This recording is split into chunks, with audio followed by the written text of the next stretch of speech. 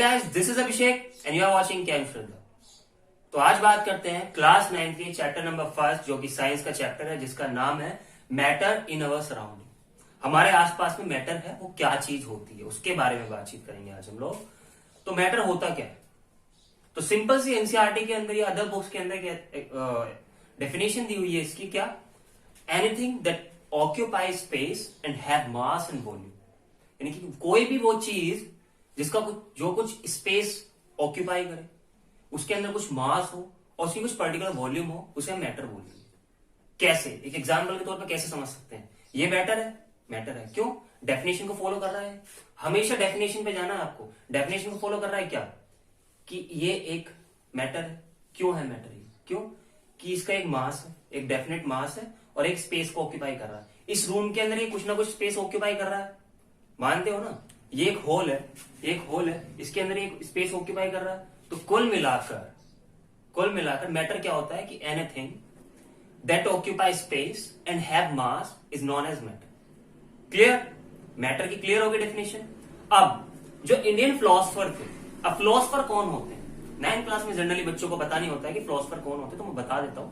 Philosopher होते हैं जो आप बैठे हो, बैठे बैठे आपने एक थ्योरी दे दी, क्या कि यार ये बुक से हम क्या पढ़ते हैं, बोर्ड का क्या अहम रोल होता है हमारी लाइफ में, तो कुल मिला के बैठे बैठे बता देते हैं कि ये क्या होता है। तो इंडियन फिलोसफर ने बहुत पहले ही बात कह दी थी कि जो हमारी बॉडी होती है वो 5 चीजों से बनके मिली होती है। इसका नाम रखा है इन्होंने पंच तत्व।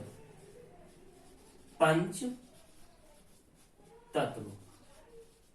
पंच तत्व कौन से थे वो? पंच तत्व कौन से थे वो? Air, earth, fire, sky and water.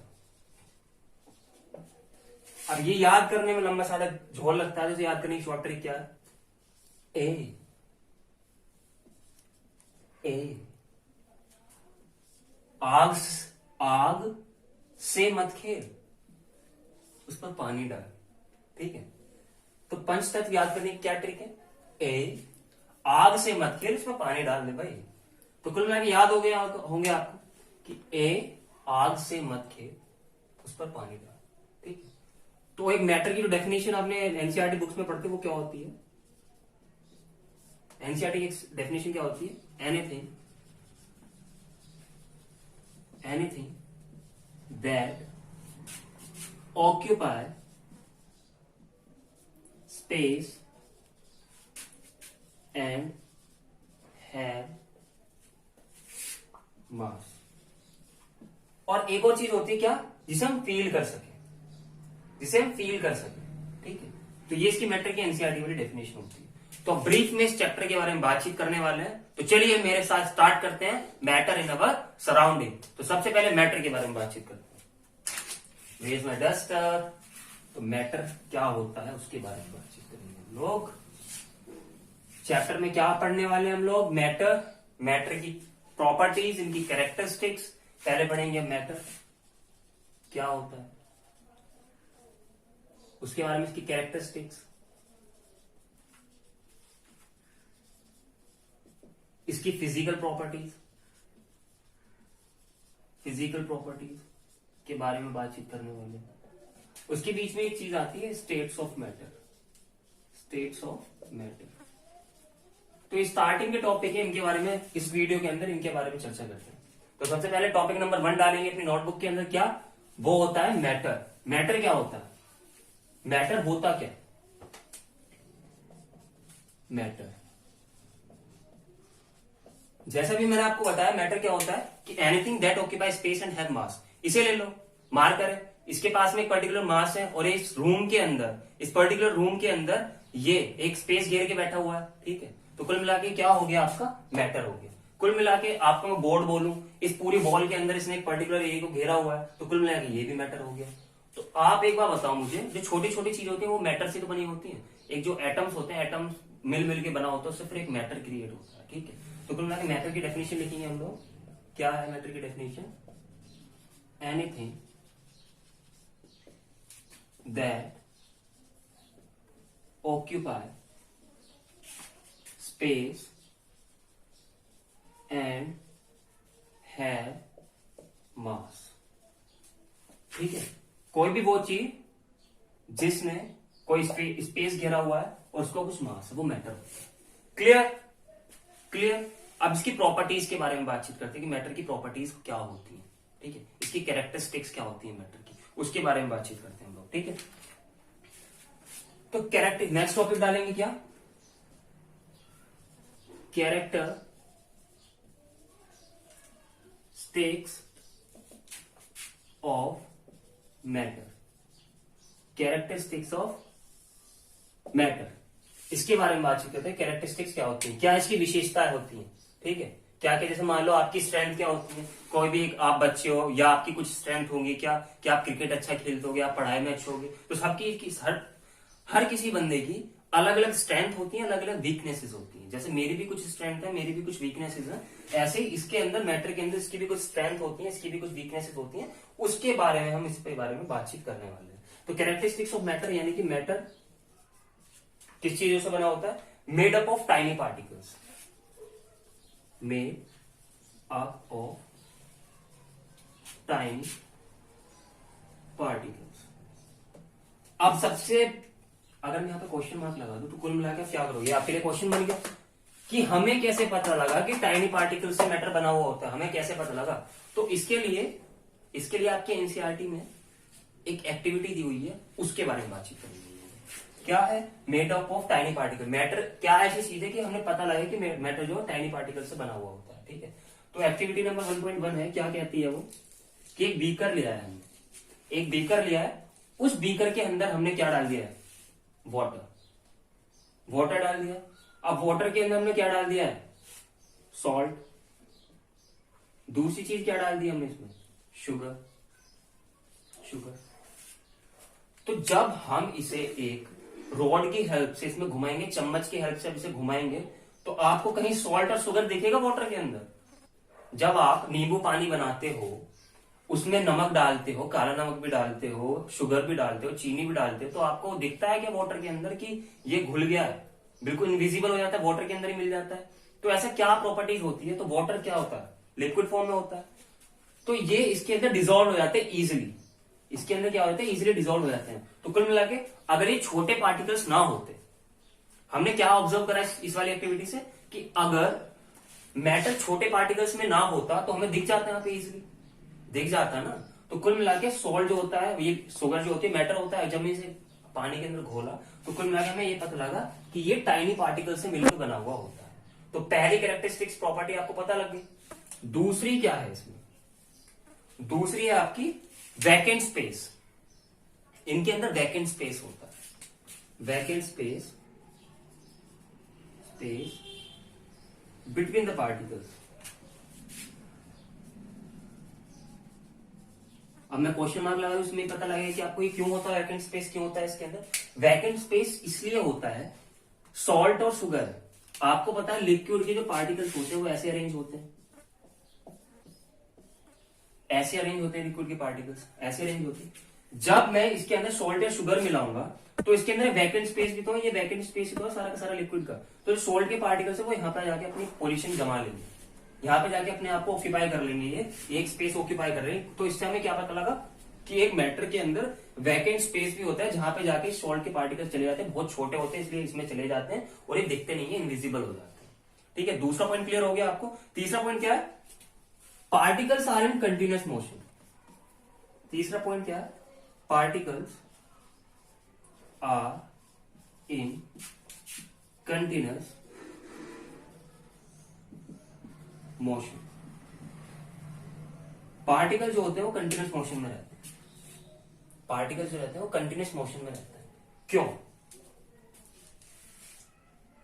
रहते हैं कंटिन्यूअस मोशन में? क्यों रहते हैं? अब बात करते हैं कि पार्टिकल्स कंटिन्यूअस मोशन में क्यों रहते हैं। तो इसे पहले रब कर देते हैं, इसका मेक श्योर इसका स्क्रीनशॉट ले लो, आप अपने नोटबुक में कर लेना। ठीक है, बात करते हैं particles are in continuous motion में क्यों रहते हैं, इसके कारण के बारे में बातचीत करते हैं।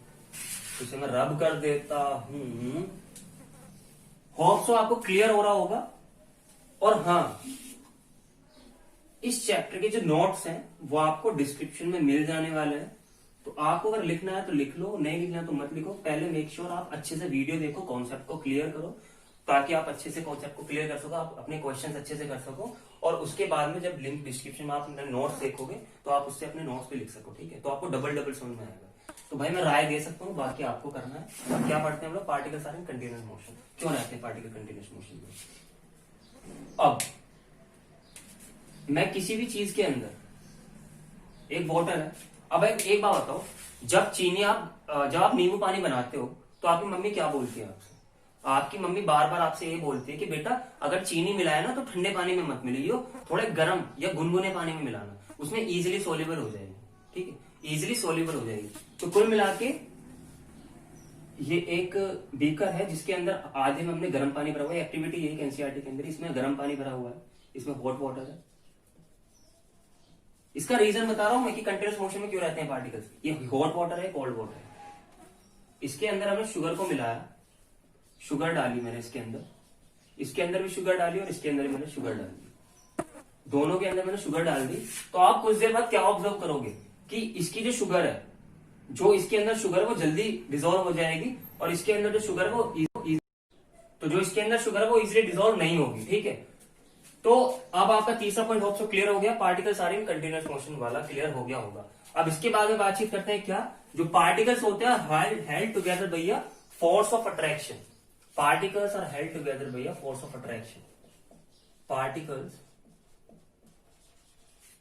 Are held together by a strong force of attraction. Strong force of attraction. जो पार्टिकल्स होते हैं वो स्ट्रॉन्ग फोर्स ऑफ अट्रैक्शन से बंधे हुए होते हैं, ठीक है। तो ये हो गया चौथा पॉइंट आपका, ठीक है। अब इसके बाद में एक टॉपिक आता है इसके अंदर, states of matter. States of matter यानी कि मैटर कितनी फॉर्म्स में एग्जिस्ट करता है, ठीक है। तो मेनली पांच स्टेट्स में एग्जिस्ट करता है, लेकिन आप एनसीईआरटी के अंदर 3 स्टेट्स दी हुई हैं, तो आप 3 के बारे में बातचीत करोगे, जिसका नाम है solid, liquid, gas. Solid, liquid, gas, उसके बारे में बातचीत करते हैं एक चार्ट की हेल्प से, ठीक है। उसमें तीनों पॉइंट्स आपको क्लियर हो जाएंगे, ठीक है। तो अब बात करते हैं स्टेट्स ऑफ मैटर के बारे में। ये कॉपी कर लेना या स्क्रीनशॉट ले लेना, आपकी इच्छा है, ठीक है। तो बात करते हैं इसके बारे में, स्टेट्स ऑफ मैटर के बारे में। स्टेट्स ऑफ मैटर, इसमें एक चार्ट पढ़ेंगे, क्या लो, सॉलिड, ये 3 पार्ट में होता है। स्टेट्स ऑफ मैटर 3 पार्ट में डिवाइड होता है, solid, liquid and gas. Solid, liquid and gas, ये पढ़ेंगे, ठीक है। सॉलिड, लिक्विड एंड गैस, ठीक है। तो सॉलिड, लिक्विड एंड गैस के डिफरेंशिएट करेंगे हम किन के बेसिस पे? उनके शेप के बेसिस पे, इंटरमोलिकुलर डिस्टेंस के बेसिस पे, डेंसिटी के बेसिस पे, इंटरमोलिकुलर फोर्स के बेसिस पे और पैकिंग के बेसिस पे, ठीक है। तो स्टेट्स ऑफ मैटर 3 टाइप में होता है, सॉलिड, लिक्विड एंड गैस। उनके बारे में डिफरेंशिएट फाइंड करेंगे किन किन के बेसिस पे। पॉइंट्स दिए हुए हैं, शेप के बेसिस पे, इंटरमोलिकुलर डिस्टेंस के बेसिस पे, डेंसिटी के बेसिस पे, इंटरमोलिकुलर फोर्स के बेसिस पे और पैकिंग के बेसिस पे। अगर शेप की बात करते हैं तो सॉलिड के अंदर फिक्स शेप रहती है। फिक्स शेप का मतलब क्या है? अगर आप एक बॉल को लेते हो, बॉल आपने देखी है रेक्टेंगुलर शेप की होती है बॉल, या क्यूबॉइडल शेप की होती है, किस शेप की? स्फेरिकल शेप की होती है ना बॉल है। तो कुल मिलाकर जो सॉलिड होते हैं उनकी फिक्स शेप रहती है, फिक्स्ड शेप रहती है एंड फिक्स्ड वॉल्यूम रहती है। फिक्स शेप रहती है और फिक्स्ड वॉल्यूम रहती है। लेकिन लिक्विड के अंदर शेप फिक्स नहीं रहती, shape do not fixed but volume is fixed, ठीक है। लेकिन गैस के बेसिस पर अगर बात करें, ना तो इसकी neither shape fixed not volume. अब फिक्स शेप फिक्स वॉल्यूम पता लग गया आपको। बॉल रहती है उसकी फिक्स शेप रहती है, फिक्स वॉल्यूम रहती है। लेकिन लिक्विड के अंदर आप अगर पानी को लो, पानी की फिक्स शेप थोड़ी ना रहती कि पानी रेक्टेंगुलर शेप में रहता है। पानी को तो जिस गिलास में डाल दे तो उसमें ढल जाता है वो।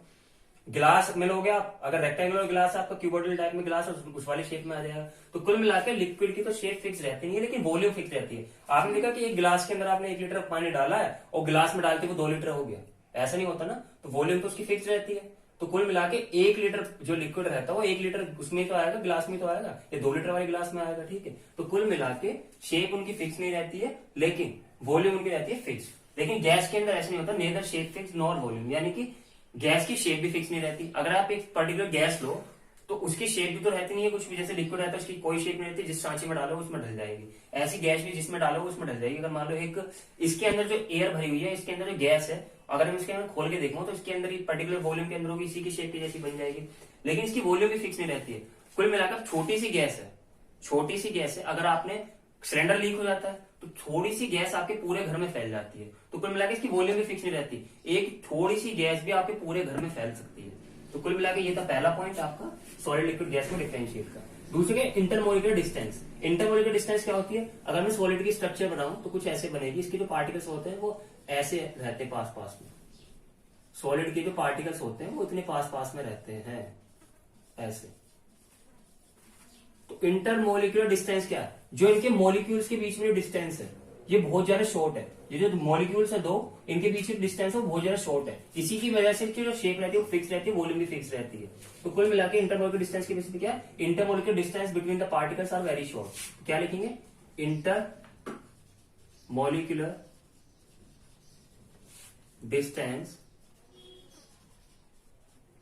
Are very short.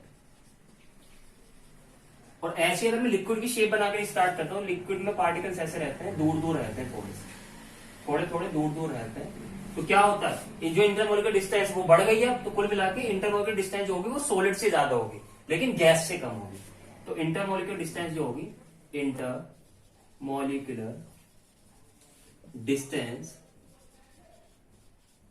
Are greater than solids, greater than solids. Gas के अंदर क्या होगा? Intermolecular distance. अब गैस में तो भाई साहब आपको पता है मॉलिक्यूल क्या रहते हैं, इतनी दूर दूर मॉलिक्यूल रहते हैं। तो इसके अंदर क्या होगी? इंटरमोलिकुलर डिस्टेंस सॉलिड से और लिक्विड से दोनों से ज्यादा होगी। तो intermolecular distance, intermolecular distance distance greater than solid and liquid. Clear? अब तीसरा पॉइंट आता है डेंसिटी। तो डेंसिटी क्या होती है आपकी? Mass by volume. Mass by volume यानी कि डेंसिटी होती है आपकी मास बाय वॉल्यूम। यानी कि एक पर्टिकुलर वॉल्यूम में अगर मैं मान लो एक इतनी सी वॉल्यूम लेता हूं, एक इतनी बड़ी वॉल्यूम लेता हूं, कोई भी एक मान लो एक वेसल है जो रेक्टेंगुलर शेप में है, इसकी वॉल्यूम लेता हूं, तो इस वॉल्यूम में कितना मास भरा हुआ वो उसकी डेंसिटी होती है। तो कुल मिला के अगर मैं इसकी बात करूं तो इसके अंदर बहुत नंबर ऑफ पार्टिकल जो बहुत सारे हैं, एक इतने वॉल्यूम के अंदर नंबर ऑफ पार्टिकल्स बहुत ज्यादा है, तो इसके मतलब क्या होगा? इसकी डेंसिटी हाई रहती है, इसकी डेंसिटी जो रहती है वो हाई रहती है, ठीक है। लेकिन लिक्विड के अंदर क्या होता है? डेंसिटी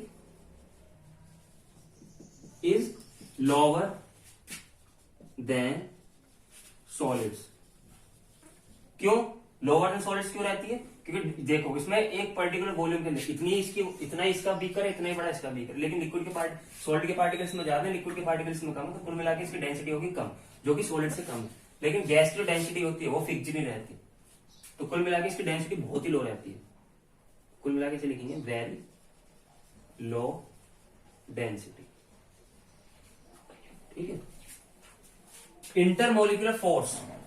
इंटरमोलिकुलर फोर्स क्या होती है?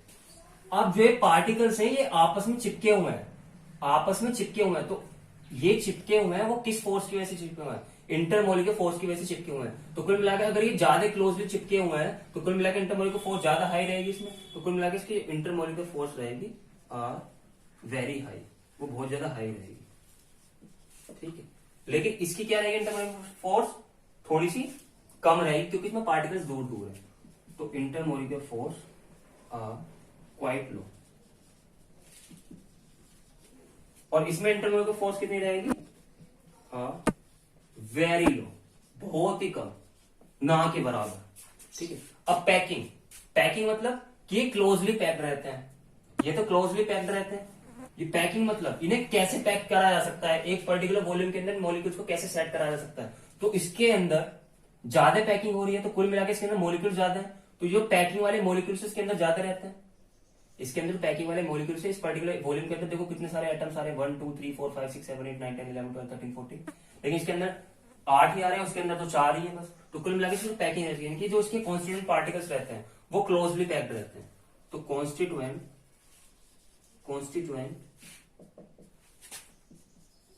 particles are closely packed, यानी कि जो कॉन्स्टेंट पार्टिकल्स, यही तो कॉन्स्टेंट पार्टिकल्स है इसके जो एटम्स है, तो ये जो रहते हैं वो क्लोजली पैक्ड रहते हैं, लेकिन इसके अंदर क्लोजली पैक्ड नहीं रहते हैं, यानी कि कम रहते हैं, लो रहता है, और ये वेरी लो रहता है।